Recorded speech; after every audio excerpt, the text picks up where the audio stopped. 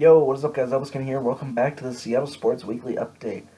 We're going to start off with Huskies. We don't have any Husky football news, but in Husky basketball news, the Huskies went down to Kansas in a neutral site game, but hostile environment game, and they defeated the number 2 Kansas Jayhawks by 9 points. It was a game in which they led pretty much the entire way. It was kind of a complete domination. Matisse Thybulle hit 5 for 6 from beyond the arc and just dotted up the Kansas Jayhawks.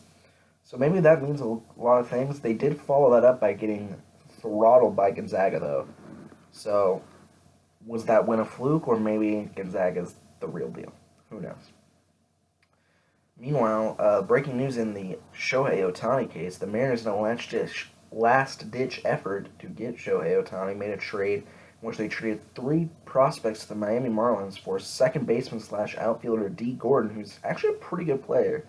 That's a pretty big signing, and another extra $1 million in international money to sign Ohtani. Ohtani, however, didn't really care. Went straight to the LA Angels to go play with Mike Trout and Albert Pujols.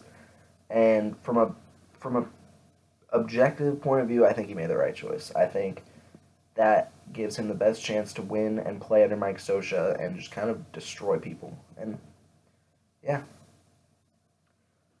Moving on to the Seattle Seahawks lost a nail-biter to the Jacksonville Jaguars. They were really good on offense. The defense was, once again, really missing Richard Sherman as Blake Bortles threw a lot of deep balls to many different players and dotted up the Seattle defense. Late in the game, while the Jaguars were kneeing at the clock, Michael Bennett took out a player's legs, did not get ejected for it, but that sparked a fight that got rid of 2 Seahawks players, including Sheldon Richardson. So hopefully neither Sheldon Richardson nor Michael Bennett will face any further action from the league for that. Otherwise, going into the Rams, that might be a bad thing. Moving on to the depressing news, the Seattle Sounders got completely just overpowered in the MLS Cup Finals against Toronto FC.